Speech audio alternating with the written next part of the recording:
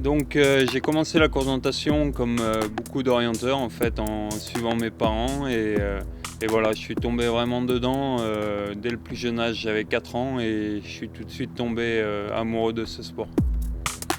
En fait, ma motivation pour la course d'orientation, elle est assez simple en fait. Je suis un amoureux de la nature et j'aime vraiment être dans une nouvelle forêt, découvrir quelque chose de nouveau. Et en course d'orientation, je suis vraiment servi parce que c'est à chaque fois différent, le challenge est différent, donc c'est vraiment ce qui me motive le plus. Ce qui est vraiment le mieux en course d'orientation, c'est qu'on ne sait jamais ce qui va nous attendre derrière le prochain buisson. Donc c'est à chaque fois différent. Ça fait plus de 30 ans que je fais de la course d'orientation maintenant. J'ai commencé à l'âge de 4 ans. Mais je suis encore surpris en forêt, j'ai encore des surprises et c'est pour ça que je suis vraiment amoureux de ce sport. Donc la course d'orientation de nuit, je l'utilise beaucoup à l'entraînement parce que c'est vraiment quelque chose qui rend meilleur. Et tous les entraînements que je fais de nuit, donc c'est très souvent, l'hiver c'est pratiquement toutes les nuits. Même quand c'est un entraînement facile où la vitesse elle est faible, je vais vraiment avoir un bénéfice parce que ça va me rendre meilleur techniquement. Donc je pense que la course d'orientation de nuit, c'est vraiment ça m'a vraiment aidé à être un meilleur orienteur et je pense que si aujourd'hui j'ai le niveau technique que j'ai, c'est en partie grâce à la course d'orientation de nuit. C'est pour ça que je continue à en faire très très souvent.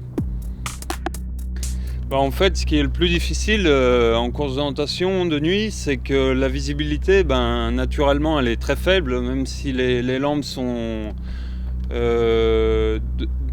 vraiment très bonnes aujourd'hui. Et peut-être qu'il y a 10 ou 20 ans, c'était beaucoup plus difficile. Mais ça reste quand même un gros challenge parce que les éléments, on les voit au dernier moment. Et donc, il faut être très rigoureux, très précis dans son orientation. Non, non, pas vraiment. En fait, ma technique, elle est un peu la même. Et c'est, en fait, si on arrive à le faire de nuit, de s'orienter très bien de nuit, il n'y aura aucun terrain de jour qui sera difficile. Donc c'est pour ça que j'essaie vraiment de faire la même chose de nuit pour que de jour, en fait, ça soit super facile. Donc les chaussures d'orientation, en fait, j'en ai pas des favorites. En fait, il y a beaucoup de terrains différents et donc il faut pouvoir choisir la chaussure qui est parfaitement adaptée au terrain. Donc ça fait partie des petits détails, mais ces petits détails ils peuvent faire la différence, spécialement à un championnat du monde. Et pour ça, VJ en fait, il me trouve toujours la meilleure chaussure pour les championnats du monde. Donc c'est pour ça que je suis très, très content de courir avec des chaussures VJ. Donc en fait, je vais choisir la chaussure qui est la plus adaptée au terrain. Donc la gamme de chaussures VJ, elle est très large. Et donc je vais étudier un peu le terrain, que ce soit l'échauffement avant la course. Et je vais dire, ce terrain, il n'est pas très glissant. Donc je vais pouvoir courir avec par exemple les iRock. Elles vont être très adaptées parce qu'elles sont légères, elles sont très toniques. Donc je vais prendre les iRock. Après, si je veux un peu plus de confort, je vais pouvoir prendre les Sarva. Je les utilise par exemple les Sarva beaucoup l'hiver quand il y a de la neige et les terrains sont durs parce que l'amorti il est très bon.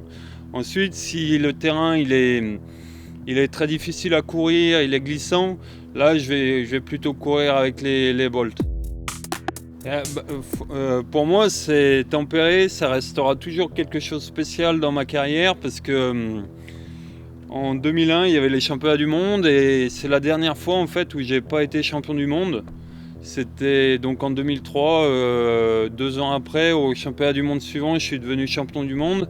Et donc Tampere, pour moi, ça reste vraiment le changement de ma carrière, quoi. Et c'est pour ça que j'ai plaisir à revenir à Tampere et je me dis que c'est dans ces forêts que beaucoup de choses se sont passées parce que ces jours-là, au championnat du monde en 2001, que je me suis dit, maintenant il faut que je change ma façon de m'orienter pour devenir meilleur et ça a marché en 2003.